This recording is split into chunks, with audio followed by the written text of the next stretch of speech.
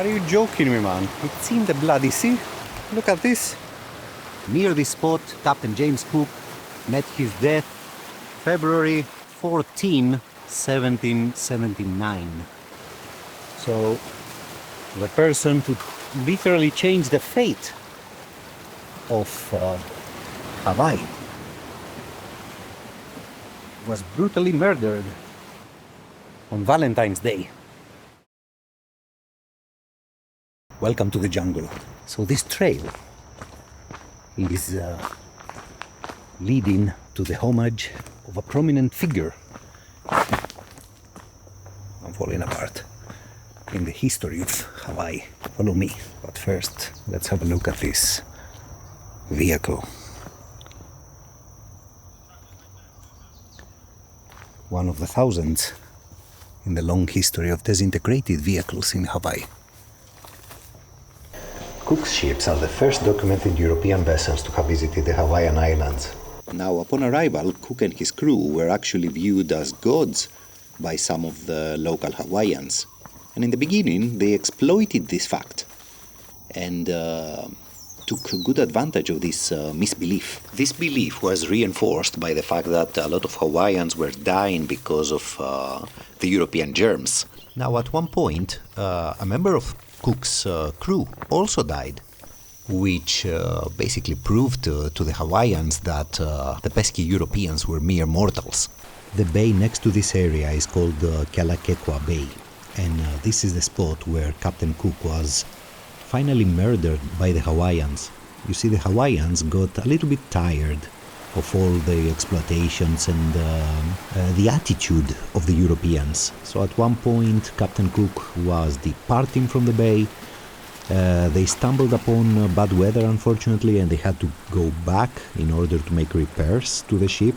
When they saw the English ships returning to Kealakekua Bay, the Hawaiians were extremely pissed. What you basically see here are the Hawaiians not entirely agreeing with the presence of the Resolution. They started stealing longboats from the ships of the Britons. Captain Cook organized the kidnapping of the Hawaiian chief, and all hell broke loose. During this fight on the beach, the sons of the Hawaiian chief killed Captain James Cook, and that was more or less it. What's also amazing is the amount of influence this particular Briton had. Imagine this. Without Captain Cook, we don't have the first contact between the native Hawaiians of Polynesian origin and the West. King Kamehameha, with his wars and the use of the Western cannons to take over the islands. Later on, the appearance of missionaries and the missionaries' children, who became the sugar plantation owners and basically shifted, let's say, the course of Hawaii towards the west and towards the marginalization of the natives.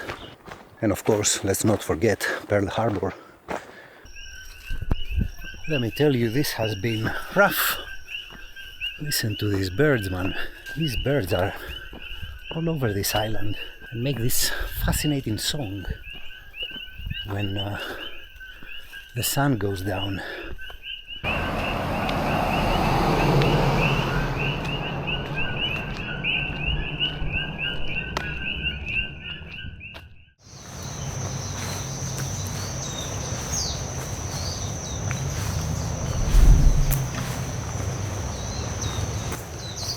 Now look at this. Like every other abandoned place in the world, we also have graffiti.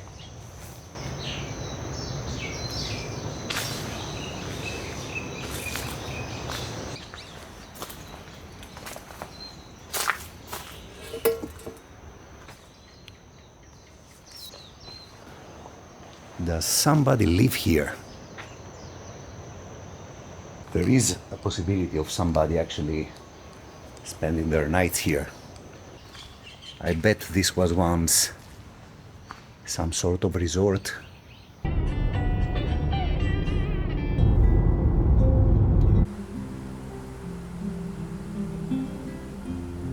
These are the nene ducks. Bloody hell, this music. Nene ducks. They are a unique species apparently for this island. Do you remember Pele? Back 200 years ago, Queen Kapiolani was determined to convince her people that the whole story with Pele was nothing but a fairy tale, and that the future of Hawaii lies with Christianity. In order to do so, she came here with a whole bunch of witnesses and demonstrated to them that Pele was just a fairy tale. She started throwing rocks in the crater. Of course, back then, the crater was full of lava. Right now, it's dried. And it's dried because of the big eruption that happened in 2018. Queen Kapiolani throwing stones and rocks and citing passages from the Bible was a very big offense towards Pele. To the surprise of the witnesses, Pele did not react. Absolutely nothing happened. And that was all the evidence the native Hawaiians needed to convert to Christianity.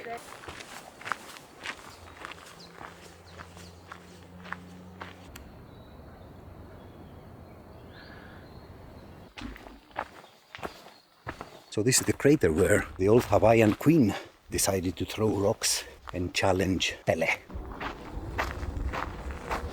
You see, this was the only reason why we came down here. This short walk that transforms my tourist identity into a traveler. You know, the lonely traveler who goes his own path. Let's move on. In today's standards, we also have witnesses coming over to verify that Pele is not around anymore. It's an ailment, a medical condition. Jumbles, and he knew some Latin, so he made this. Now, in case your memory faded and you don't remember the Maui episode, Pele was the one fighting with her sister for the likes of their common husband.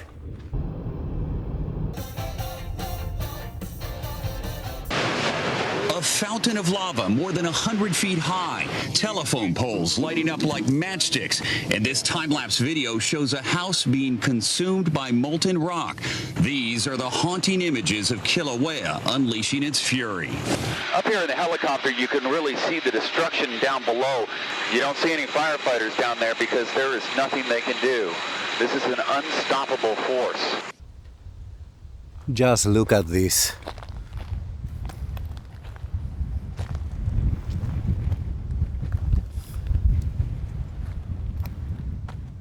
I made a stop at a gas station, and there was a guy there. He asked me where I was coming from. I told them I was in the volcano park, and he said if I want to see the area that was mostly affected by the eruption from 2018, I should come here to the Pahoa area, the area mostly affected by this eruption. All this quantity of black rock here, all this is lava.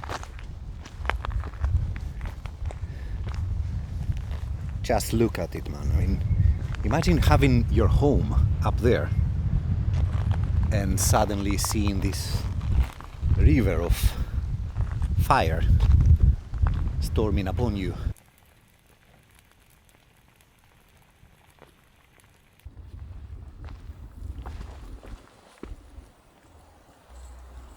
All that is left is the metal roof on top of the lava, though the garage is still standing. I don't think you realize the magnitude of the thing.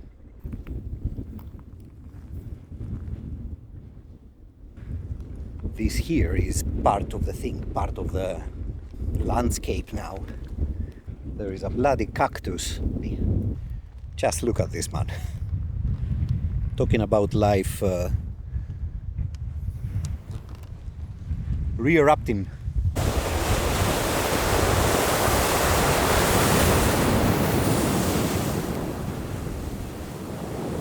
Volcanoes, earthquakes, the sea, the lava. The stupid white man who came to their islands and pushed and continues to push the native Hawaiians out. Not to forget the millions of tourists, me included. I really do hope something good will happen to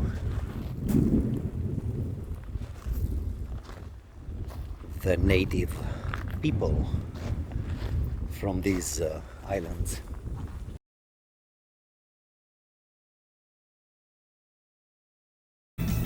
The funny thing is, I've been driving this road the last 45 minutes. There is absolutely no internet, and I'm not entirely sure where this road goes. You see, the last time I looked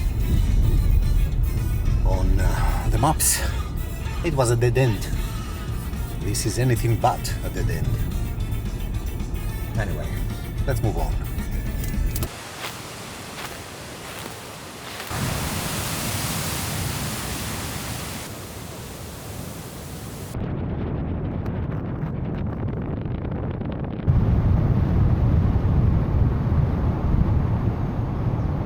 Now on the map it showed me some miles behind that it was a dead end, but I thought it was because I don't have internet. Oh yeah.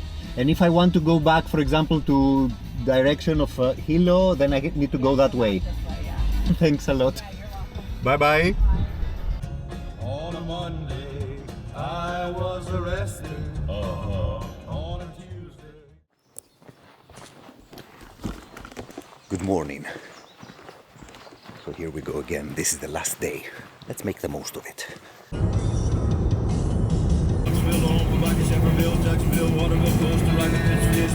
Reach out and touch faith.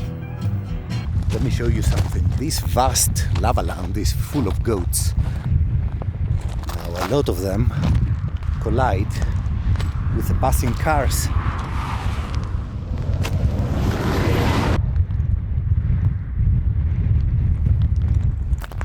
And meet their end.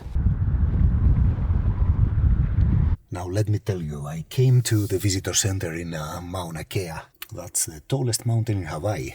And if you count from the bottom of the ocean, it's the tallest mountain on Earth. The problem here is that they let four-wheel drives only, and not all of them. So let's go to the rangers and see if we can drive all the way up to the summit. Yeah, so this car is like a all-wheel drive, yeah? Yeah. It's four-wheel drive. Yeah. But when you come down, make sure you come down in first gear, yeah? Is there like a manual setting? So when you come down, use your manual setting 1. Do you know how to put it in first gear? Yeah, of course. Okay, show me. This is for minus. Okay, yeah. You come down like that. Yeah. Okay? Cool. Other than that, you be safe. Yeah? You feel sick, you come back down. Thanks a lot. You man. have a good day. You too.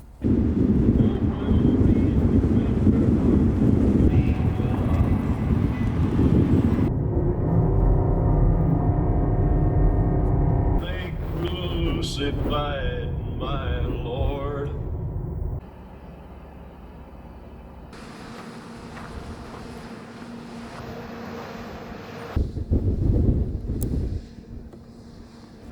An interesting story concerning this place is that it was considered by NASA as the ideal place for the astronauts of Apollo 11 to come out here and train before their mission for the moon. That is, of course, if you are one of those who believe they actually landed on the moon.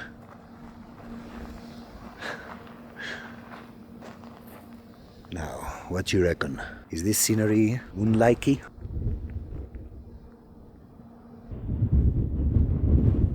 Look at these 4 beauties, man.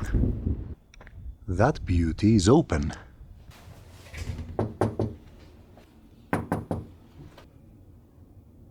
You move the telescope in a second, so I'm gonna have to get back to work, but so right now we're observing a comet that's pretty close to the sun. So You are observing a comet that's close to the sun. Yep. There you are. This is absolutely brilliant. Thanks a lot. You're welcome. I'll let you take a quick peek in the control room too here if you'd like. They might be calling for me to, we might be moving to a new star here in a second, so I've got to head back in there, but if you want, yeah. So this is our control room. And then, Hello, sir. I'll let Thank you very Daryl much. Much show you obliged. the way out in just 1 second. The standard star, so Sure. I put HR Hi. This is how you observe comets. Our instruments are infrared, Yeah, so we're not seeing it in the visible wavelength. yeah. So, do you understand infrared? Take a look. Oh, definitely. Oh, okay. Observing a comet close to the sun. I'm lost for words. That was... wow.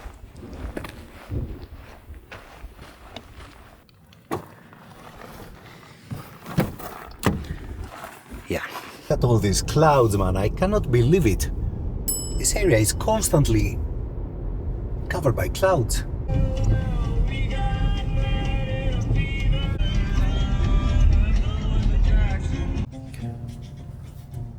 Let me tell you, the misery of the weather is absolutely phenomenal. Look at this.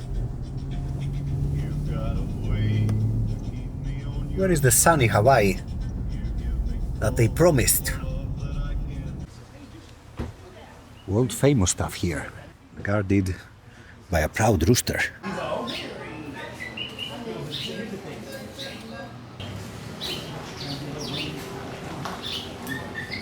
Let me tell you, I'm properly sick.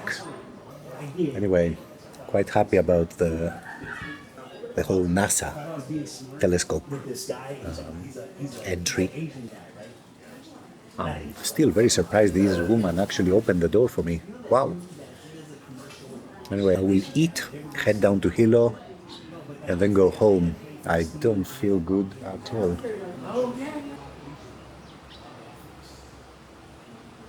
You are the capo de tutti capi, aren't you? Look at him standing on one foot.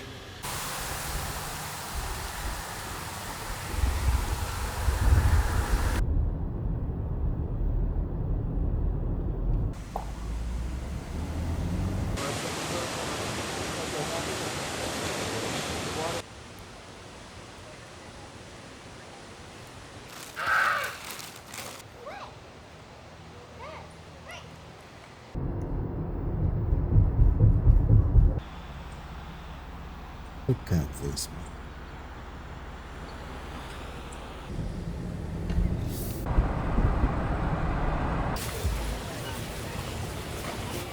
This is Coconut Island, and one of the favorite places of the last Hawaiian queen, Liliuokalani.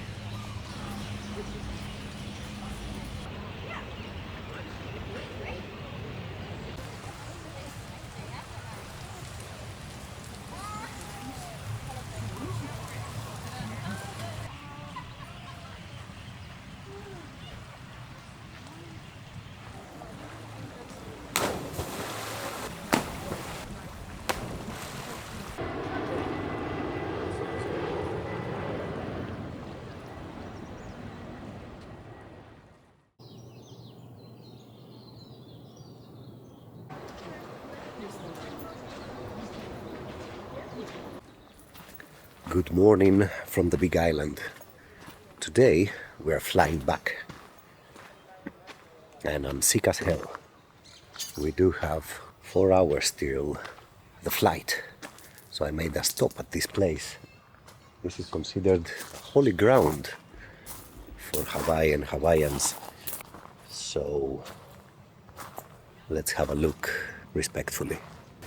This park, being sacred, means that you're not allowed to get into the sea, to sunbathe, to snorkel. The aforementioned sacredness of the park forces our poor tourists to do all this stuff right next to it.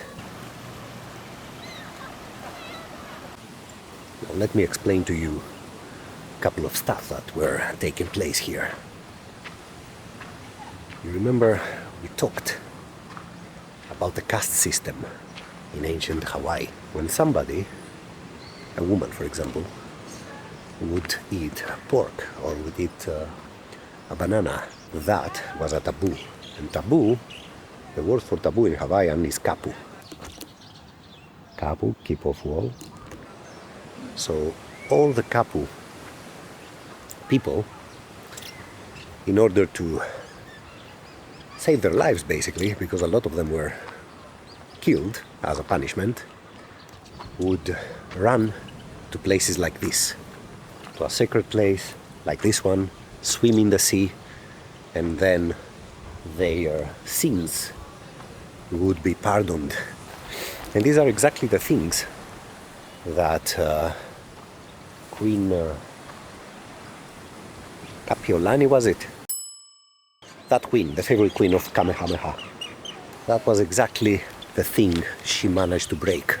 She broke the kapu by eating bananas and pork in front of everybody, and basically destroyed the caste of the kahunas, or the priests. And here, right beyond this wall, is basically the kapu area, where all those people who broke the taboo would come to save themselves. That area played also another role in times of war. All the non-fighting parties, women, children, sick people, would come here to protect themselves. And this was very much respected. Now let's have a look at my favorite figures. These are the guardians, and they are here to induce stress and terror to everybody who would even dare approach this area.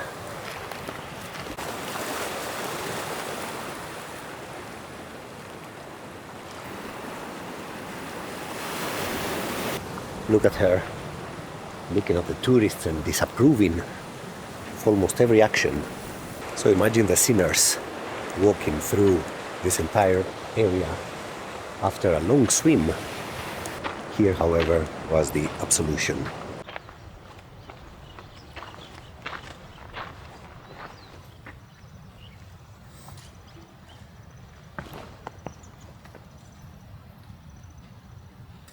These ponds held the fish that were used to feed all the high priests and the royals. The concept was keeping the fish fresh and alive. The term preserve a dead fish was not in the Hawaiian vocabulary.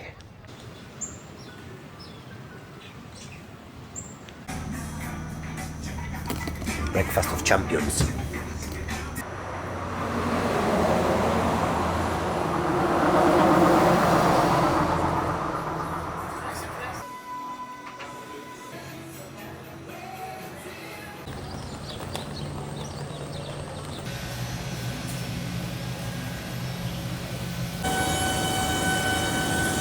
It's not only yours to read, it's yours to keep.